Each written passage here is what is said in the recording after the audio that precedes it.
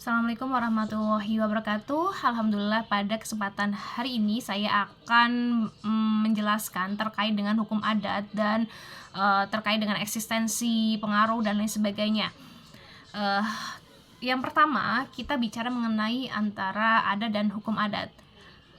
Adat dan hukum adat itu sesuatu hal yang berbeda. Nah, karena kalau kita lihat adat itu merupakan suatu kebiasaan. Nah, pasti kebiasaan ini ada karakteristiknya ya. Jadi adat ini ada karakteristiknya.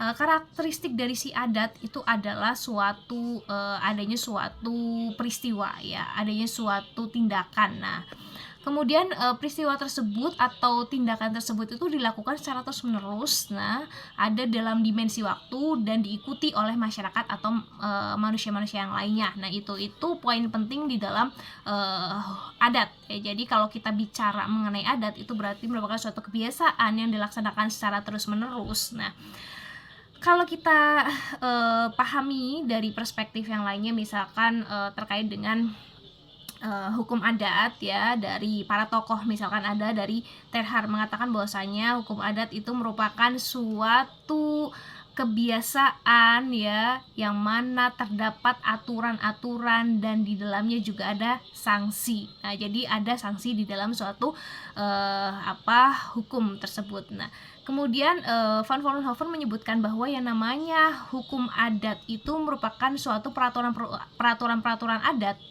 di mana ada suatu representasi ya, yang atau direpresentasikan dalam suatu keputusan. Nah, keputusan adat bisa dikeluarkan oleh kepala adat dan lain sebagainya. Nah, jadi kalau kita tarik kesimpulan ya, yang namanya hukum adat itu dari tadi ya, pengertian secara terminologi adat dan ada karakteristik adat, dan dari perspektif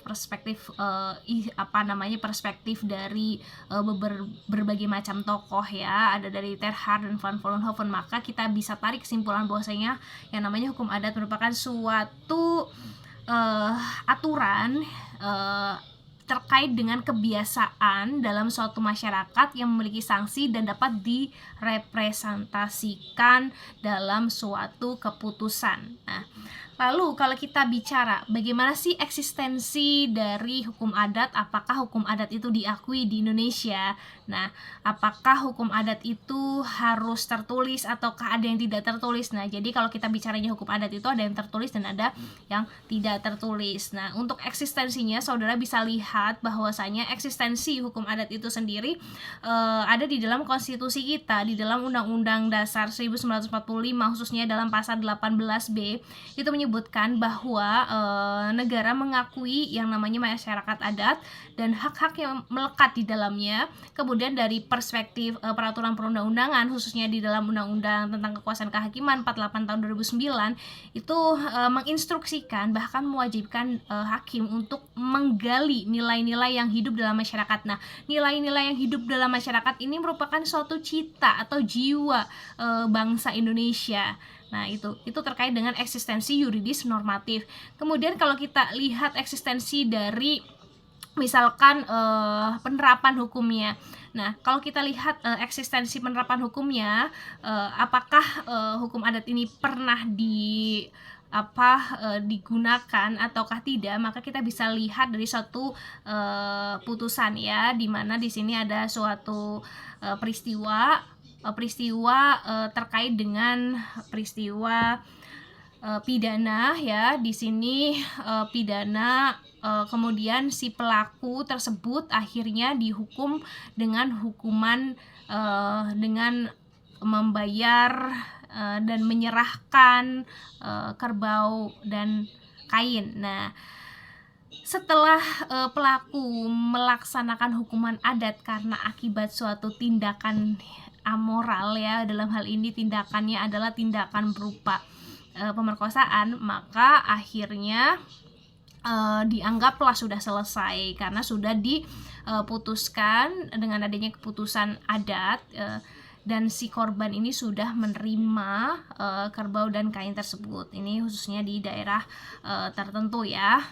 Kemudian akhirnya si korban ini mengajukan gugatan kemana? Mengajukan gugatan ke pengadilan negeri. Nah, di dalam pengadilan negeri itu dalam lingkungan peradilan umum diajukan gugatan. Akhirnya diputuskan, secara singkat itu diputuskan bahwa yang namanya nebis in idem itu ditolak. Nah, seperti itu. Akhirnya ya tetap saja si pelaku ini harus menjalankan hukuman secara yuridis dan normatif itu ya, secara litigasinya itu seperti itu. Kemudian diajukan banding masih tetap mendukung putusan yang pertama, dan akhirnya pada sampai tingkat kasasi.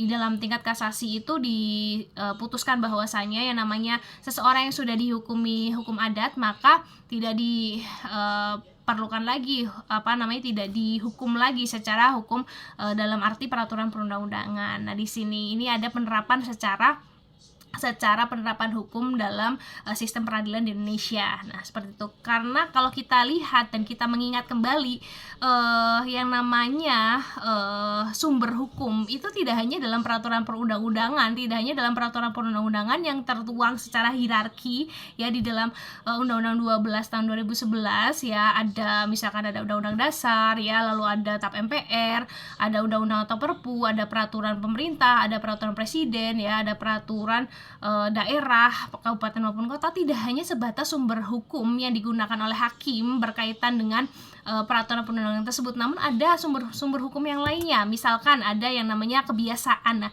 kebiasaan ini bisa menjadi tolak ukur dalam pertimbangan si hakim. Nah, karena juga mengingat kembali bahwasanya yang namanya peraturan perundang-undangan dan konstitusi kita juga mewajibkan atau menginstruksikan hakim untuk menggali nilai-nilai yang hidup di dalam suatu masyarakat, karena hukum adat itu merepresentasikan jiwa bangsa Indonesia, yang mana jiwa bangsa Indonesia kalau kita lihat dalam hukum adat itu lebih sifatnya komunal ya, dan artinya walaupun ada kepentingan personal namun lebih diutamakan kepentingan dari si komunal itu sendiri ya. Jadi kalau kita bicaranya mengenai karakteristik hukum adat itu tidak hanya komunal saja, juga ada yang namanya kepercayaan di dalamnya terkait dengan kepercayaan animisme ya, kepercayaan dinamisme, nah kepercayaan terhadap roh-roh, nah itu juga ada.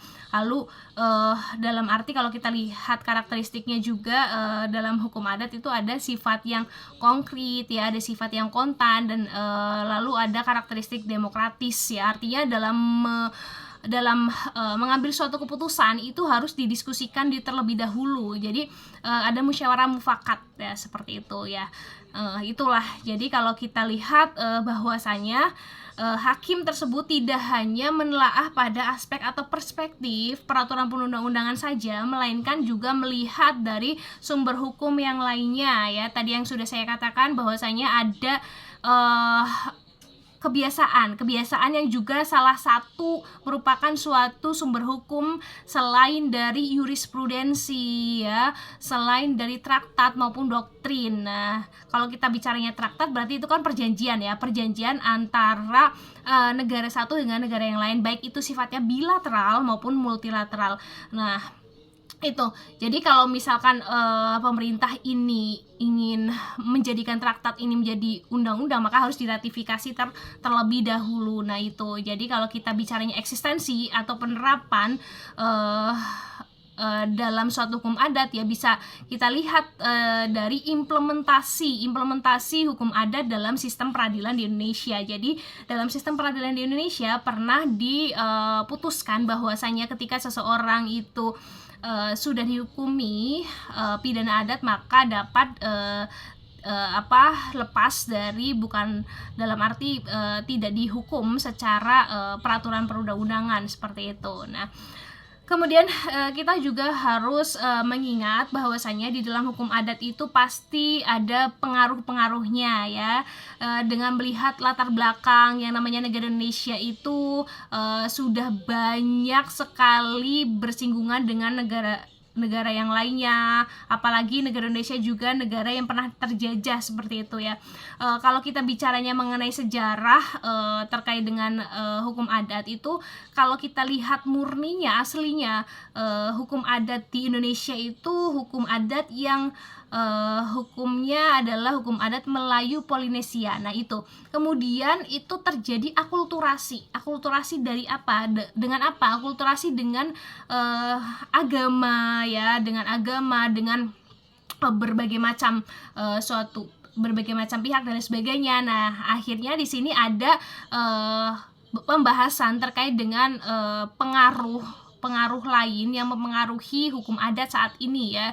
Jadi hukum adat itu tidak semurni pada saat hukum adat Melayu Polinesia, melainkan juga dipengaruhi oleh berbagai macam faktor. Nah, misalkan kita bisa lihat dari faktor yang pertama itu ada faktor terkait dengan kepercayaan tadi ya, ada animisme, dinamisme, nah seperti itu. Nah jadi misalkan kita lihat ada di masyarakat Bali itu ada yang namanya upacara pensucian roh. Nah jadi ada pensucian roh, nah itu jadi mempercayai dalam suatu benda itu ada roh, lalu mempercayai juga ada roh-roh nenek moyang. Nah itu, nah juga tidak hanya itu, ada faktor yang lainnya yang mempengaruhi hukum adat saat ini ya.